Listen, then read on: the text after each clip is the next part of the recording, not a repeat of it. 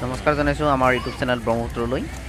ইংৰাজী নৱবৰ্ষৰ বহুত আন্তৰিক শুভকামনা জনাইছোঁ সকলোকে। আশা কৰোঁ এই নতুন বছৰটো সকলোৰে বাবে সুখৰ হওক, নতুনত্বৰে ভৰপূৰ হওক। 2020ৰ দৰে যাতে নহয় সকলোতে বিফলতাৰ মুখখন বাৰে বাৰে দেখি থাকিব লগা হয়। এইবাৰ যাতে কিছু আমি নতুনত্বৰ এটা পৰিৱেশ দেখিবলৈ পাওঁ। আজি যিহেতু বছৰৰ প্ৰথমটো দিন, সেয়েহে মন্দিৰত বহুত দৰ্শনাৰ্থীৰ ভিৰ দেখিবলৈ পোৱা গৈছে। বহু ঠাইৰ পৰা ইয়ালৈ মানুহ আহিছে মাক দৰ্শন কৰিবলৈ, যাতে বছৰটো ভালে কুশলে যাওক।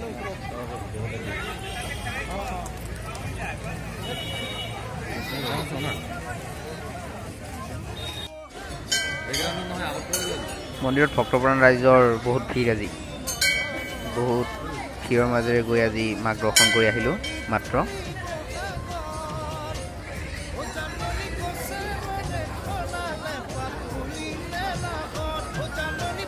সকলোৱে ইয়াৰ নিজৰ নিজৰ পৰিয়ালৰ ভালে কুশলে যাওক, যাতে বছৰটো ইংৰাজী নৱবৰ্ষটো তাৰ বাবে আশীৰ্বাদ ল'বলৈ আজি আমাৰ ওচৰলৈ আহিছে।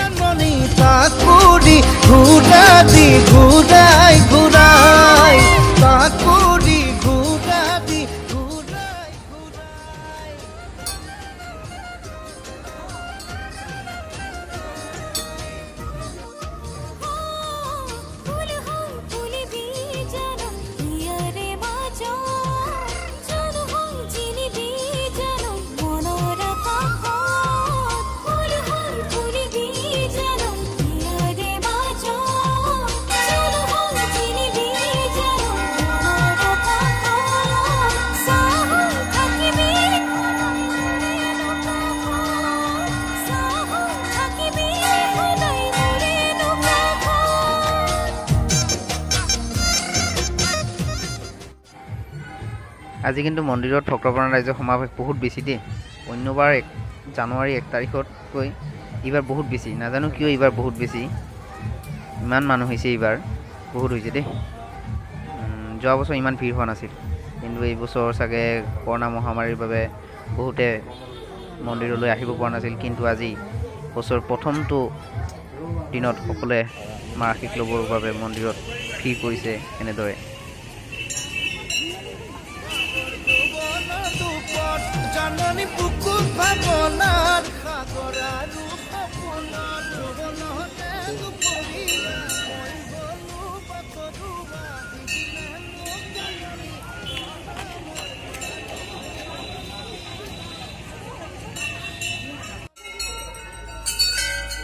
মাক দৰ্শন কৰাৰ পিছতে এইবাৰ আমি মহাদেৱক দৰ্শন কৰিবৰ বাবে আগুৱাইছোঁ।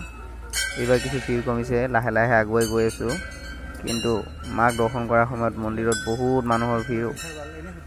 এইবাৰ কিছু ভিৰ কমিছে, মানুহ লাহে লাহে আগুৱাই গৈ আছে।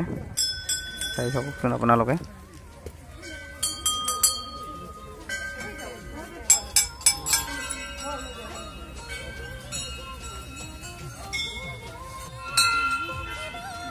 এইবাৰ আকৌ এটা মন্দিৰত আমি সেৱা ল'বলৈ আগুৱাইছোঁ।